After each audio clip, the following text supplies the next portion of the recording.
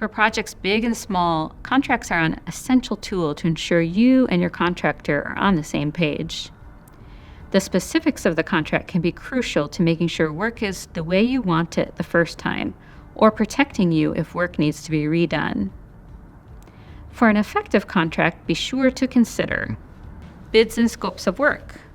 Before picking your contractor, get at least 2 bids for the project. This will help you make sure you're getting the most competitive price and the best work.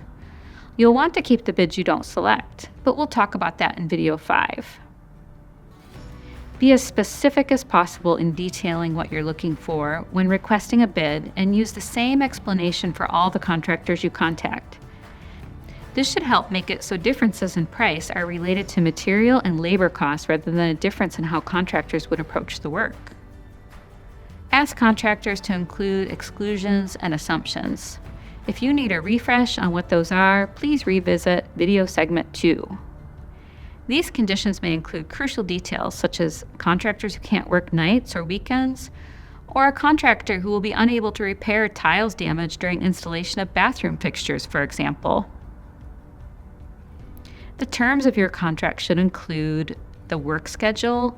What is the overall timeline and daily schedule? When will the crew be there? When will specific parts of the project be worked on and completed? Cut sheets. Make sure the contract includes specifics such as the make and model of fixtures, the dimensions, and the specific color of tile you want. Payment schedule. Try to avoid deposits and minimize money up front, except when working with small contractors who are more likely to have tight cash flow. You don't want a pay schedule that includes you paying for work that is not completed. Be sure all parties sign before any work starts. As much as possible, account for contingencies and your plans in the contract. In addition to planning to close all or part of your facility during the work, have backup plans if the work runs past the target completion date. Account for as many risks and unknowns as you can. Sometimes these issues may be cost overruns, but sometimes it may be something like discovering there is mold in the subfloor after most of the old floor has been removed. Depending on the size and complexity of the project, it's generally advised to plan for an additional 5 to 20% of the overall budget to cover financial contingencies. Anything you want to have happen on a job site needs to go in the contract.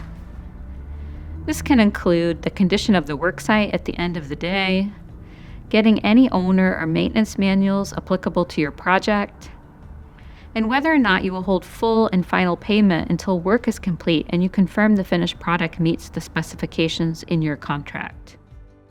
Within a scope of work, I just look for clear and concise details. Like, I want to be clear. I don't really like vague information. Say if the customer, in the scope of work, it says paint the wall, but it doesn't specify a color to paint the wall.